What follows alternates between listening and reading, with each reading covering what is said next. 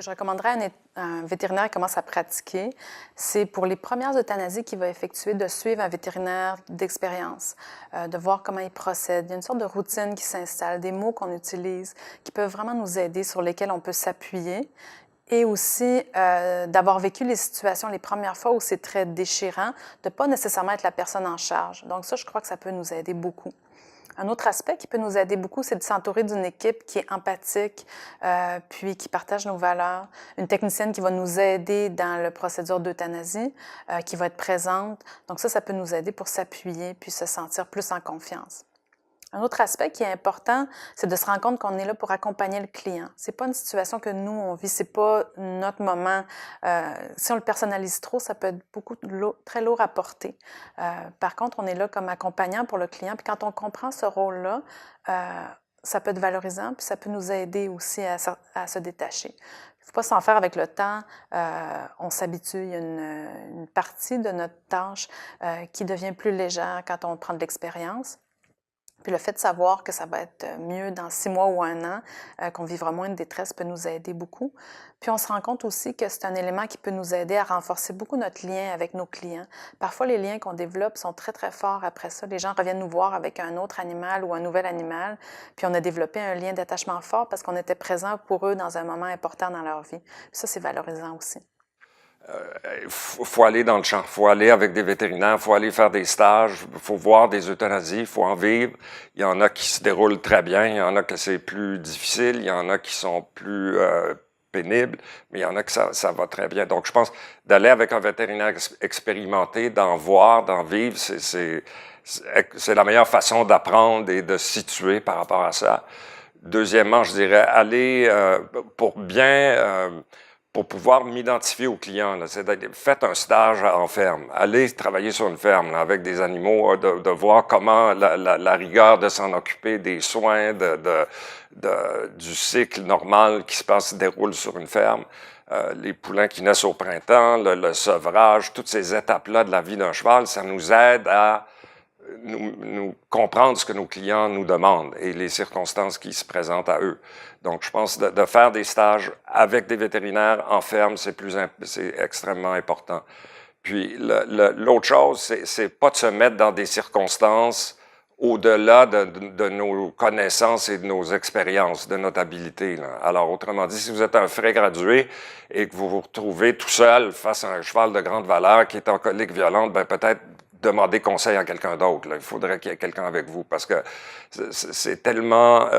c'est une responsabilité, mais pouvoir de la partager puis d'avoir une deuxième quelqu'un avec qui travailler, c'est très important. Donc, de savoir ses limites, finalement, là, de savoir où se positionner. Et je pense que dans toutes les espèces, dans toute autre chose, il faut absolument pas... l'euthanasie n'est pas nécessairement un échec. Là. C'est pas parce qu'il y a des traitements qui vont pas marcher. Il y a des conditions qu'on peut pas soigner. Il y a des choses qu'on peut pas régler. Là. Malgré toutes les chirurgies du monde et tous les médicaments possibles, il y a des choses qu'on ne peut pas régler. Et malheureusement, ben, on n'est pas mécanicien. On n'a pas de garantie. C'est pas une garantie qu'on offre. Là. Donc, on fait du mieux qu'on peut. On essaie de trouver toutes les solutions, d'explorer tout ce qui peut être fait.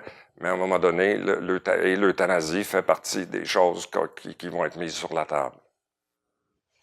Un conseil pour aider les futurs praticiens à savoir prendre un pas de recul face à la procédure d'euthanasie, c'est de se souvenir de rationaliser les événements, de toujours prendre une certaine distance face aux événements. Puis ils vont avoir dans le futur probablement la chance d'avoir des arbres décisionnels qui vont plus les aider à prendre les décisions basées sur des faits objectifs, ce qui nous retire une certaine part de culpabilité lorsque c'est le temps de procéder. Ce qui est aussi très important de ne pas oublier, c'est que ça reste un privilège qu'on a de pouvoir procéder à l'euthanasie. C'est malheureusement pas un droit acquis, puis qu'on doit respecter les clients là-dedans, puis d'utiliser ce privilège-là à bon escient. Je pourrais rajouter un point aussi qui serait précieux à garder en tête, d'utiliser vos outils de communication pour ouvrir le dialogue auprès de vos clients, pour les aider à cheminer dans la décision de procéder à l'euthanasie. Parfois, il faut laisser la chance au client de mûrir son idée, de l'accompagner là-dedans qu'il comprenne bien qu'on est présent pour lui, qu'on est présent pour son animal, puis d'être prêt finalement, lui, offrir le service au moment où il sera rendu là dans son cheminement personnel. Vous savez, je donne des formations depuis longtemps là, en euthanasie, puis je fais aussi la formation pour vous autres, les étudiants. Votre meilleur cheminement, là, c'est de comprendre qu'est-ce qui se passe avec l'animal. Il est où son degré de souffrance? Le pourquoi qu'on arrive à l'euthanasie. Est-ce que l'animal est encore capable d'avoir de l'activité ou pas, ou c'est déjà pour lui une souffrance de se déplacer pour aller boire puis manger? Est-ce que c'est une souffrance pour lui d'avoir les conditions dans lesquelles il vit? Fait qu'il faut savoir qu'est-ce qui se passe pour l'animal, lui donner une chance d'arrêter de souffrir. Puis après ça, il faut comprendre aussi quelle méthode qu'on va utiliser puis comment on va procéder. Fait que du moment que vous avez compris le pourquoi vous faites cette action-là, tout devrait mieux se passer quand on aborde l'euthanasie puis quand on a à l'exécuter.